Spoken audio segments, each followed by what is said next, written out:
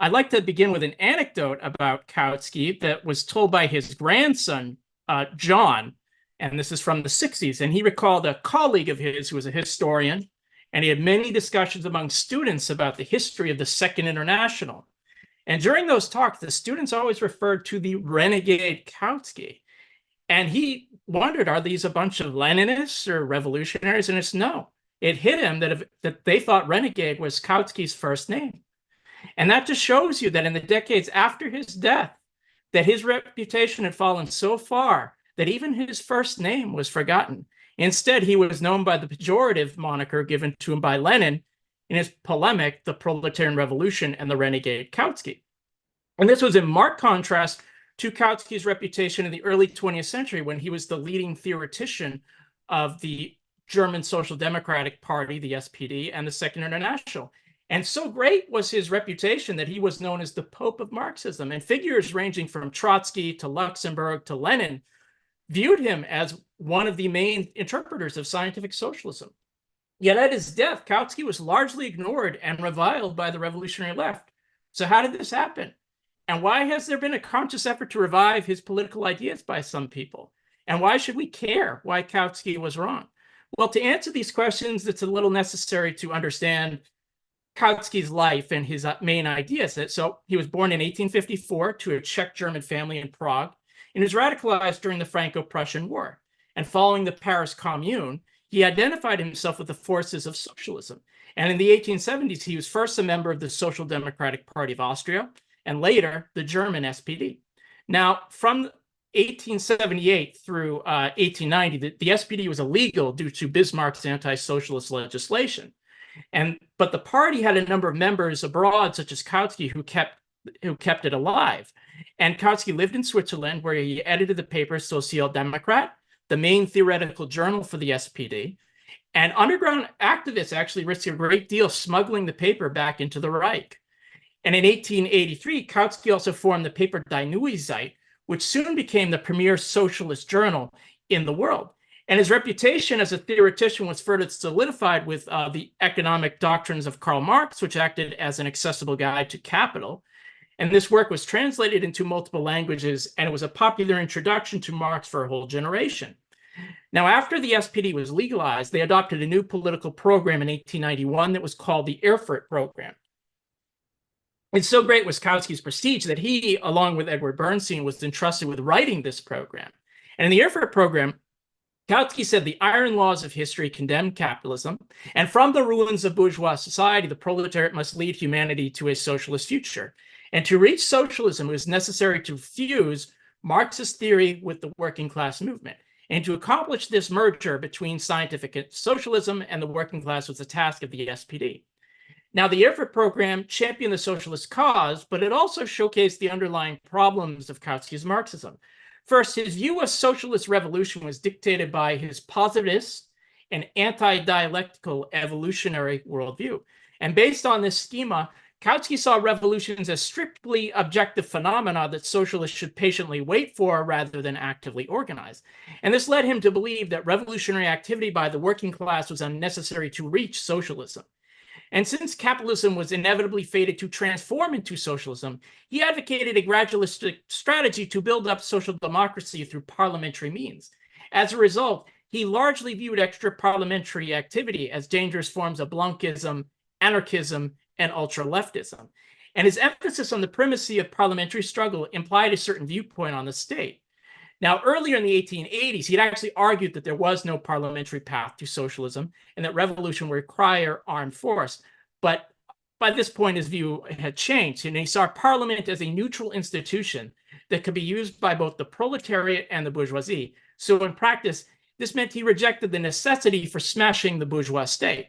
Now, in the Erfurt Program, Kautsky codified the main tenets of the SPD's Marxism. In addition, he seemingly reconciled the opposed camps of reform and revolution. On the one hand, the party's adherence to socialism showed that it was marching with the forces of history.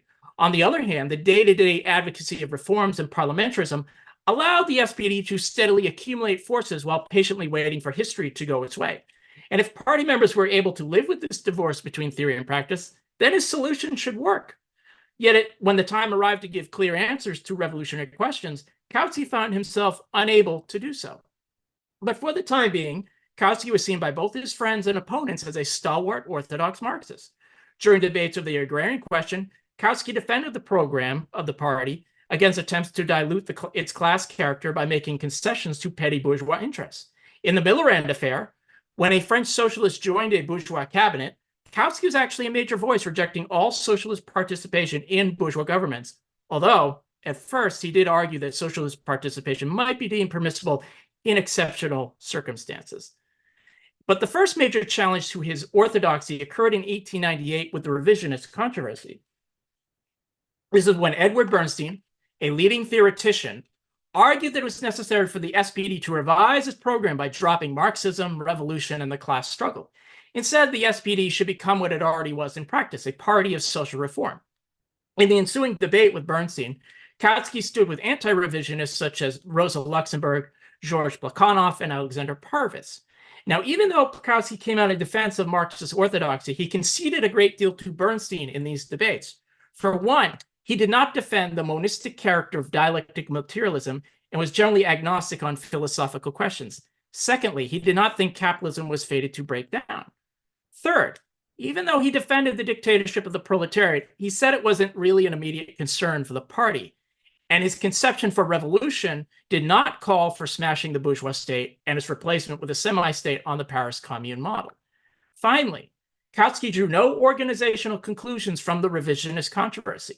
Like the revisionists, Kautsky believed that party unity was something to be maintained at all costs, and he considered it an article of faith that the unity of social democracy was identical with the unity of the working class.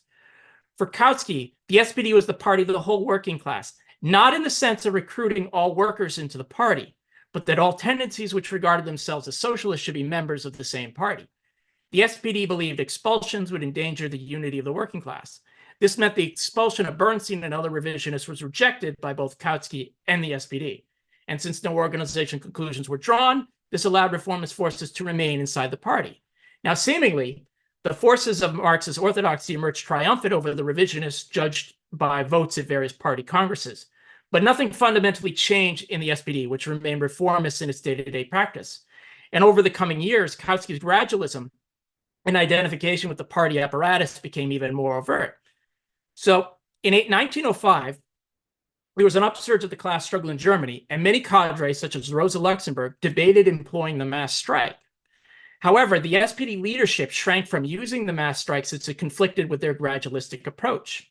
In addition, the unions were more concerned with protecting their apparatus and winning day-to-day gains than advancing any revolutionary strategy.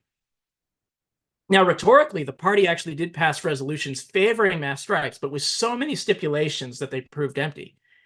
And Kautsky was actually aware of the SPD's bureaucratization, but he viewed these leftist-sounding resolutions as a genuine commitment to the mass strike and revolution. And a few years later, in 1910, this debate flared up again. This was in a campaign against Germany's restrictive election system, where Rosa Luxemburg advocated mass strikes and raising the demand for a republic. And like the SPD, Kautsky feared any revolutionary confrontation with the Kaiser. Instead, he advocated the strategy of attrition. They would avoid mass strikes by building up the forces of the SPD, which is simply parliamentarism by another name. And by 1912, Kautsky had positioned himself as the Marxist center, opposed equally to the revolutionary left and the revisionist right, although we will see where he comes down in practice. And when it came to imperialism, Kautsky's views actually shifted a lot over his life. But in his most radical work, The Road to Power, and from 1908, he saw imperialism as a new stage of capitalism that was leading to war. In this work, he took a pessimistic view of any bourgeois campaigns for disarmament.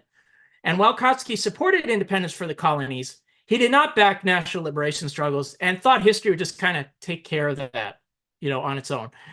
But his position on imperialism changed abruptly after 1908. Now he considered imperialism to be a bad policy and not something intrinsic to the later stage of capitalism. And he argued that most of the bourgeoisie didn't profit from imperialism, so they didn't have an economic interest in it. Therefore, it's possible for socialists to join with pro-peace sections of the bourgeoisie in common opposition to war. Now, all these debates were put to the test in 1914 with the start of World War I. And the outbreak of war meant the SPD had to decide what position its parliamentary deputies would take toward voting on war credits. Should they remain true to anti-imperialist resolutions, or support the fatherland. Now, Kautsky was not a deputy in parliament, but he was invited to give advice to the delegation. And he argued that the party could not abstain, but they should vote for funding, provided that the government committed itself to a purely defensive war.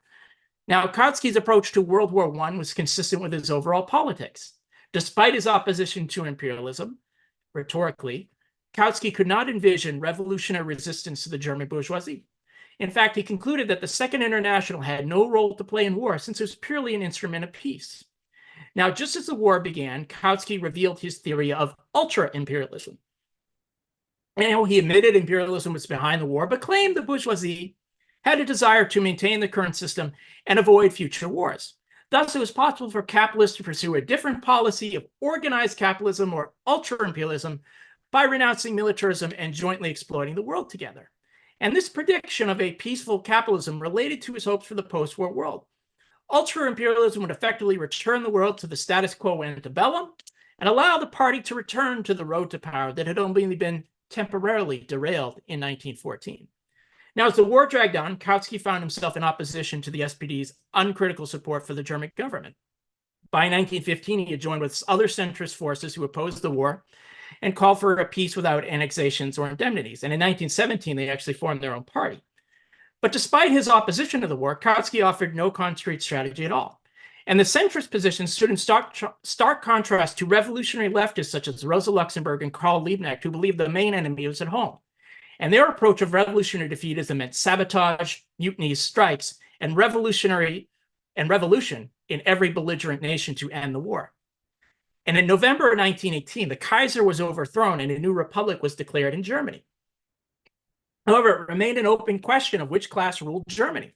On the one side was the SPD defending the bourgeoisie, and on the other was the newly formed Communist Party standing for the working class. And in typical fashion, Kautsky advanced a program to appease everyone. He championed the supremacy of parliament, but also supported workers' councils to keep watch on elected representatives. And while he advocated socializing the economy, he emphasizes it did not mean socialism. And his solutions were rejected by everybody because there was no space for the Marxist center as Germany descended into semi-civil war. By this point, Kautsky had actually lost the mantle of revolutionary Marxism to Lenin and Bolshevism. From the moment the Russian workers stormed the Winter Palace, Kautsky was bitterly opposed to him. To him, Lenin and communism represented a betrayal of every principle of Marxist orthodoxy. He considered a socialist revolution in backward Russia to be a historical abomination. Instead of Soviet power, Kautsky advocated the Constituent Assembly with his program of bourgeois democracy, which he believed would have avoided the horrors of terror and civil wars. And over the final 2 decades of his life, Kautsky launched a ceaseless ideological crusade against Bolshevism. For Kautsky, the Soviet Union and communism were the greatest dangers to the working class, surpassing by far Western imperialism, Mussolini, and Hitler. But during the 1920s, Kautsky believed that the era of revolution had ended and democracy was now firmly implanted in Germany. So when the Depression happened and the forces of National Socialism began to grow, he rejected any united front with the communists. And he believed that the social democratic vote would stop Nazism cold. Besides that, he defended the SPD support for the lesser evil of Paul von Hindenburg as buying precious time to preserve democracy. I guess he somehow forgot that Hindenburg appointed Hitler to the position of chancellor. And even after Hitler came to power, Kautsky concluded that the SPD's only course under Weimar had been a purely parliamentary one, since a revolution would have destroyed Germany, as if Hitler was somehow the lesser evil in that case. I don't know. If nothing else, Kautsky never questioned that the SPD would eventually resume its parliamentary road to power. So when he died in Dutch exile in 1938, his faith in a democratic socialist future remained unbroken. And in the ensuing years, he was actually ignored by all camps of the revolutionary left. They wanted nothing to do with him. And after 1945, when social democrats began to formally reject socialism as even a long-term goal, they had little use for Kautsky's ideas either. Yet his ideas continued to haunt those interested in reformist socialism. So in the 70s, there was a revival of Kautsky's political ideas from a seemingly unlikely source, the communist parties. By now, the Western communist parties were dropping Marxism-Leninism and allegiance to the Soviet Union, replacing with democratic socialism. And this theory, known as Eurocommunism, was proclaimed as brand new, but it was actually not new at all. It was simply the Communist parties aligning their theory with a decades-long practice of popular frontism. And the Euro-communist strategy of a peaceful transition to socialism claimed to be following not Kautsky, but Antonio Gramsci's war position. This was a distortion of Gramsci, who never advocated any form of socialist gradualism. But the reason why Kautsky was not invoked by name is actually quite simple. For parties that still claim to be at the very least nominally communist, Gramsci was considered a more accessible source of theoretical inspiration than Kautsky. But the most consistent follower of Kautsky in the latter half of the 20th century was the Chilean socialist Salvador Allende.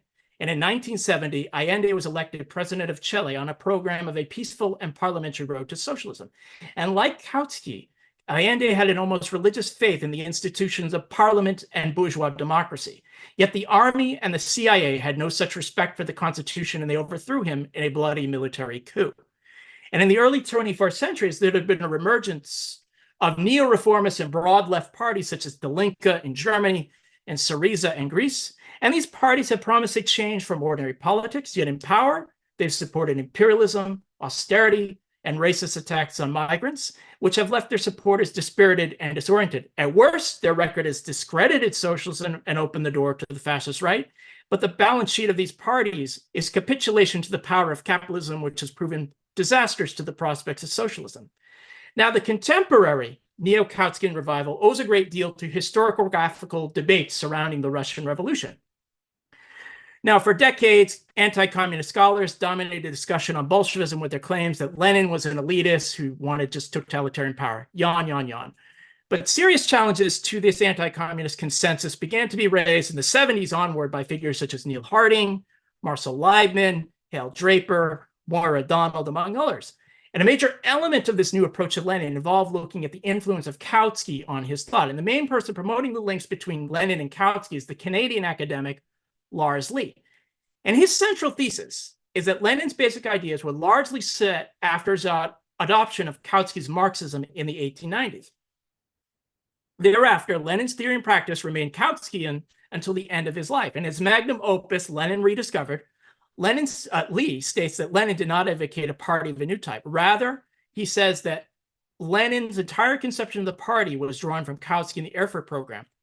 Now, it's important to note that Lee does perform a valuable service in clearing up some Cold War anti-communist stereotypes on Lenin as elitist. To be very fair, the Lenin that emerges from Lee is a principled Marxist who fervently believes the working class can liberate itself. Now, it's not possible to discuss all of Lee's views on Lenin in detail, but I'll just emphasize a few points right here. So if all Lee was doing was highlighting the influence of Kautsky and Lenin, there would be no objection. Lee is correct that Lenin himself recognized his debt to Kautsky. Yet Lee does much more than that. He claims that there were few, if any, breaks in Lenin's political ideas. In fact, Lee ignores the development in Lenin's political thought, particularly on the vanguard party. And unlike Kautsky, Lenin's politics was dominated by what George Lukács called the actuality of revolution.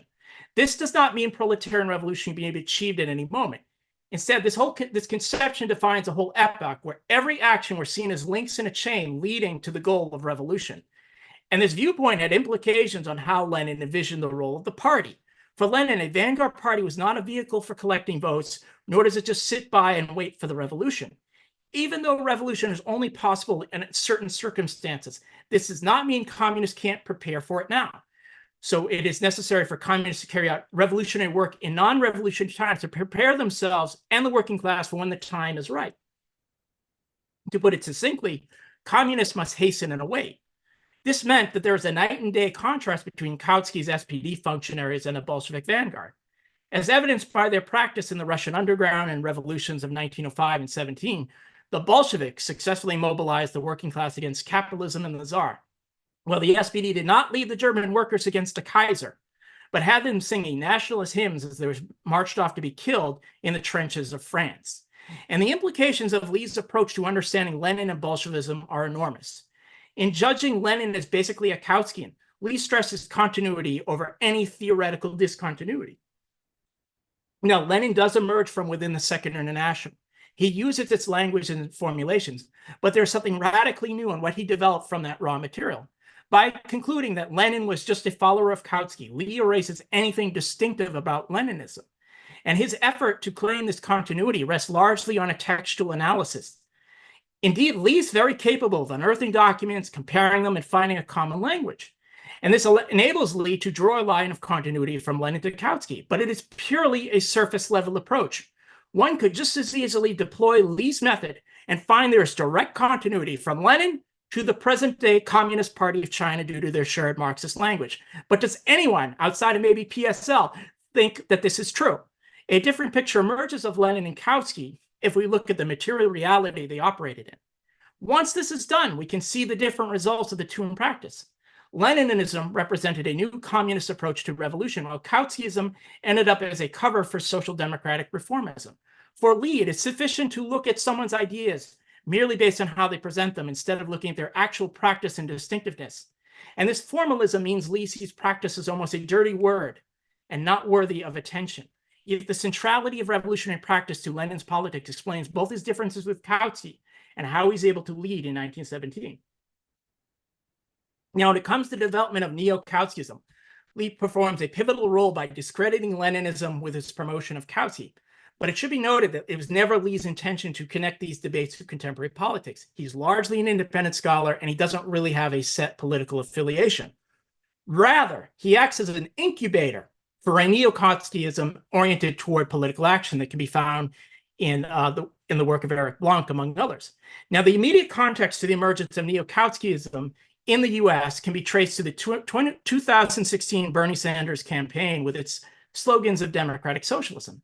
And Sanders' campaign helped to revitalize the largely moribund DSA and spur the growth of Jacobin magazine.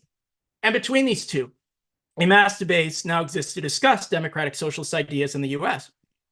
One of those who joined DSA was Eric Blanc, a Rutgers professor of labor studies. Originally a revolutionary socialist, Blanc is now a vocal voice in DSA's Bread and Roses caucus, and he's using his embrace of Kautsky to develop a political program for the left that sees the Democratic Party as an instrument to advance socialist politics. And according to Blanc, Kautsky's democratic socialism offers the best approach in advanced capitalist societies such as the US. And he thinks Leninist insurrectionism has always been a minority and elitist current among the working class in democratic countries. And as a concrete strategy, he argues that socialists must focus on gaining an electoral majority based upon universal suffrage. And he argues that this strategy was a proven success in the Finnish Revolution of 1917. There are a number of objections to be made to Blanc's claims. First, his characterization of Leninist insurrectionism as a Cold War stereotype that views communists as elitist and indifferent to democracy. Based on the historical record, this is not true. During the Russian Revolution, the Bolsheviks built mass support among the people, and it was also the Bolsheviks, not their so-called democratic opponents, who carried out the will of the people in the most popular revolution in history. Secondly, Blanc is actually correct that Leninists believe the bourgeoisie can only be overthrown by force. However, this strategy was not elitist or anti-democratic as he claims. As Lenin notes, communists must utilize every possibility to waken the working class's struggle. This means communists have been in the forefront of struggles for increased democratic rights, opposition to imperialist wars, and unionization. By contrast, democratic socialists have been much more frequently found on the other side of those barricades. Third, Blanc's claim that working class support for revolutionary alternatives to parliament is marginal is also open to question. To be clear, it is true that in normal times, only a minority of the population is open to radical politics. Yet there have been revolutionary situations in advanced capitalist countries such as Germany after World War I, Spain in the 30s, France in 68, where the current social order was called into question. Now, for a variety of reasons, none of those succeeded. But it would be very wrong to claim that revolutionary alternative was marginal in those cases. Fourth, Blanc makes a fetish of elections in bourgeois democracy. He seems to overstate the democratic nature of bourgeois democracy, believing that it can facilitate the transition to socialism. The assumption that the existence of a capitalist democracy makes insurrection outmoded greatly overstates its democratic credentials and its toleration of socialist organizations. And this is borne out not only in Chile, but by his own example of Finland. In Finland, the Social Democrats were an avowed Kautskyan party who did win a parliamentary majority in 1917. And like the German counterpart, the Finns pursued a strategy of passively waiting for a revolution. So rather than prepare the workers for the seizure of power, the Finnish leadership acted as a roadblock. And when the Social Democrats were essentially hoisted into power, they were not ready to fight the counter-revolution. As a result, the Finnish Reds suffered a bitter defeat after a few months. And in the aftermath, many Finnish social democratic leaders reflected on their experience, and they became communists. Now, one wonders if the Finnish bloodbath of 1918 is Blanc's example of success, then what would a failure look like? To achieve his vision of a democratic socialist majority, Blanc believes that it is necessary for the working class to have its own political party. To achieve this, he has developed a strategy known as the dirty break. Very simply put, Blanc says that democratic socialists must operate on the Democratic Party ballot line for the time being before eventually splitting off to form their own party. Instead of working class self-activity, Blanc argues that insurgent Democrats such as Sanders and AOC have the power to stimulate mass movements. Now, all its rhetoric aside, the practical results have represented nothing more than backing the Democratic Party. So instead of a dirty break, we just have a dirty stay. Now, there's actually nothing original in Blanc's dirty break beyond its dubious historical examples and its particular branding. What is interesting about the dirty break is the role played by Kautsky in its development. Blanc's embrace of Kautsky and electoralism means the disappearance of extra-parliamentary and mass struggles. And the dirty break's electoralism possesses an elitist fixation on reformist and insurgent politicians with their supposed abilities to conjure up mass movements. Now, crediting Sanders or AOC for causing mass struggles is to mix up cause and effect. It is like crediting the roosters crowing for causing the sun to rise. They have not created any mass movements, but capitalized them by siphoning off their energies into the safe channels of bourgeois politics. And the track record of Sanders and AOC in office has not amounted to any reforms. Not only are they reformists who can't reform, but they are indistinguishable from establishment Democrats in their open support for strike-breaking, imperialism, Israel, and war. Lastly, the dirty break's logic follows a Kautskyan approach of linear evolution. Whereas Kautsky saw the ever-accumulation of votes leading to socialism, Blanc sees the dirty break eventually ending in the creation of a workers' party. Yet how that change happens is left unclear, and the moment of the dirty break never arrives. So why is Kautsky wrong? Well, if we care about achieving socialism, then it matters why he was wrong. Now, while a revolutionary in theory, Kautsky was never able to provide leadership in practice. His political outlook was rooted in gradualism, which led him to conclude that socialism was inevitable and working class and revolutionary activity by the working class was unnecessary. And when faced with historic tests in World War I and the German Revolution, he shrank from revolution. In practice, if not in theory, Kautskyism has meant forsaking the struggle for socialism. And the faith of Kautsky and his latter-day followers in a democratic road to socialism is premised on blind faith in elections and parliament. They promise a safer and easier road to socialism. However, this fetishistic respect for the mechanisms of bourgeois democracy that Kautsky championed can be judged by its tragic results in Germany, Finland, and Chile. Those who have supported a Kautskyan strategy have never achieved socialism anywhere. Rather, their road ends everywhere in catastrophe and defeat. They are the handmaidens of the counter-revolution, and they are traitors to the socialist cause. And that conclusion is more than enough to reject Kautsky in toto. And if we don't want to be wrong like Kautsky, then we should look to the work of Rosa Luxemburg, Lenin, and Trotsky. Together, their work forms a three-legged stool, and it offers the most all-embracing and astute critique of Kautsky's methods and politics on everything. And instead of resurrecting the dead corpse of Kautsky, if we are truly serious about finding capitalism, then we should raise high the red banner of revolutionary communism once again. Thank you.